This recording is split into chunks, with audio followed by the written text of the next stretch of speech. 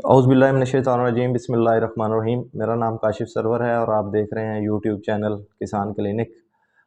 तो आज की इस वीडियो में बेसिकली दो मेन सवाल सामने आ रहे थे लोगों के कमेंट्स में। उनमें पहला जो था कि किस टाइम पे गंदम की जड़ी बूटियों को स्प्रे करना चाहिए जड़ी बूटियाँ ख़त्म करने के लिए। और दूसरा ये सवाल था कि कुछ लोगों को स्ट्रेस आ जाता है, गंदम की फसल जो है वो स्प्रे करते हैं तो उसपे स्ट्रेस आ जाता है। तो इन दोनों को इश्यूज़ को इंशाल्लाह एड्रेस करने की कोशिश करेंगे।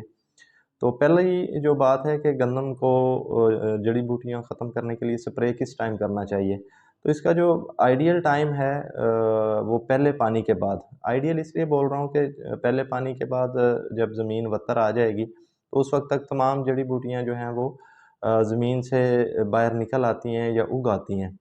तो इसलिए और दूसरा जो इसका फ़ायदा पहले पानी के बाद वत्तर आने पे स्प्रे करने का होता है कि जड़ी-बूटी चूँकि छोटी होती है, तो छोटी स्टेज पे जड़ी-बूटी को कंट्रोल करना आसान होता है। तो इसलिए जो भी दोस्त गंदम के की जड़ी-बूटियों का स्प्रे करना चाह रहे हैं, उनको मशवरा है कि आप पहले पानी के बाद गंदम को जब पहला पानी लगता है, तो उसके बाद जब ज़मीन बदतर हालत में आ जाती है, तो उस टाइम पे स्प्रे करना चाहिए।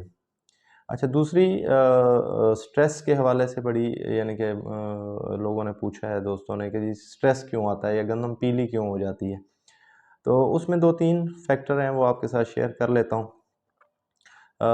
सबसे पहले तो हमने ख़्याल रखना है कि जो भी हम स्प्रे कर रहे हैं वो नॉर्मल बत्तर में होनी चाहिए। यानी कि बहुत ज़्यादा अगर गीला बत्तर होगा ज़मीन गीली होगी तो चूँकि आजकल सल्फोनाइल यूरिया ग्रुप के ज़्यादा केमिकल्स जो हैं वो गंदम की जड़ी-बूटियों को कंट्रोल करने के लिए इस्तेमाल हो रहे हैं। तो ये ग्रुप बेसिकली पत्ते से तो असर करता ही करता है और जड़ के ज़रिए भी जो है ये एब्ज़ॉर्ब कर लेता है वो जो हम केमिकल इस्तेमाल करते हैं। तो अगर वत्तर ज़्यादा होगा या ज़मीन गीली होगी तो उसका नतीजा ये होगा कि वो जड़ के ज़रिए गंदम भी उसको एब्ज़ॉर्ब करेगी और जिसकी वजह से जो है वो गंदम पीली हो जाएगी या गंदम पे स्ट्रेस आ जाएगा। स्ट्रेस की एक मेन वजह तो ये सामने आती है। अच्छा दूसरी जो स्ट्रेस आने की वजह है ओवरडोज़ होना कि एक चीज़ रिकमेंडेड डोज़ से हट के अगर कोई बंदा स्प्रे करेगा से मैंने लास्ट वीडियो में बात की कि 300 से 350 ml बरमूदा या ट्राई प्रोडक्ट चल रहा है। अगर कोई बंदा उसको 400 ml या सवा 400 ml पे ले जाता है डोज़ को पर एकड़ तो डेफ़िनेटली जो है वो उसको स्ट्रेस आएगा। अच्छा तीसरी एक और वजह है स्ट्रेस आने की वो ये है कि नॉर्मली लोग जब स्प्रे करते हैं तो कोशिश करते हैं कि यार ये 2 टैंकियाँ या 3 टैंकियाँ जो हैं पानी की लगाएँ और उसको स्प्रे कर दें। इस तरह हरगिज़ नहीं करना आपने अगर स्ट्रेस से बचना है तो कम से कम जो है 5 टैंकियाँ 20-20 लीटर की जो 5 टैंकियाँ हैं पानी की उसमें दवाई मिला के स्प्रे करें। इससे भी जो है वो स्ट्रेस से बचत होगी और अगर पानी कम लगाया है किसी बंदे ने किसी वजह से तो उस पे स्ट्रेस आने का ज़्यादा ख़दशा मौजूद है वहाँ पे। ये 3 रीज़न है। अच्छा चौथी रीज़न इसमें एक और भी आती है कि केमिकल ख़रीदते वक़्त हमेशा मियारी कंपनी के जो प्रोडक्ट हैं वो आप इस्तेमाल करें और इम्पोर्टेड फ़ार्मूलेशन जो है वो इस्तेमाल करें।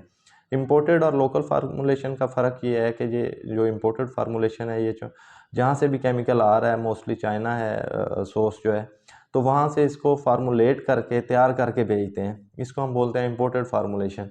अच्छा कुछ प्रोडक्ट जो है वो टेक्निकल फ़ॉर्म में यहाँ पाकिस्तान में आ जाता है, तो उसको यहाँ पे पाकिस्तान में तैयार किया जाता है, उसको लोकल फ़ार्मूलेशन बोलते हैं। तो जो इम्पोर्टेड फ़ार्मूलेशन प्रोडक्ट हैं चूँकि उन्होंने हर चीज़ एक बड़े सलीके से और तरतीब से जो है उसको फ़ार्मूलेट किया होता है। तो इम्पोर्टेड फ़ार्मूलेशन के जो है वो स्ट्रेस नहीं आता एज़ कम्पेयर टू लोकल फ़ार्मूलेशन जो है। लोकल फ़ार्मूलेशन में ऊँच-नीच हो सकती है तो जो भी जिस भी कंपनी का आप प्रोडक्ट ख़रीद रहे हैं, कोशिश करें कि ये जो है वो इम्पोर्टेड फ़ार्मूलेशन में जो है ख़रीदें और इसका इस्तेमाल करें। अच्छा गंदम चूँकि जड़ी-बूटियों के हवाले से सिर्फ़ एक स्प्रे होना होता है और तमाम जड़ी-बूटियाँ ख़त्म हो जाती हैं, इसके बाद दोबारा स्प्रे करने की ज़रूरत नहीं रहती।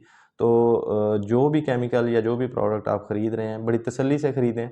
थोड़े बहुत ख़र्चे की यानी कि मैक्सिमम आपको अगर इसमें फ़र्क पड़ेगा तो 200-300 रुपये इम्पोर्टेड और लोकल फार्मूलेशन का पर बैग में फ़र्क पड़ेगा। लेकिन अगर स्ट्रेस आ जाएगा तो उसका नुकसान हज़ारों में जाएगा। ये प्रोडक्ट ख़रीदते वक़्त अगर आप इतना थोड़ा-सा सैक्रिफ़ाइस कर लेंगे तो इंशाल्लाह आपकी जो गंदम है उसको स्ट्रेस से बचाया जा सकता है। तो ये बेसिकली टाइम और स्ट्रेस से बचने का तरीका मैंने आपको बताया। इंशाल्लाह अगली वीडियो के साथ फिर हाज़िर होंगे। तब तक के लिए अल्लाह हाफ़िज़।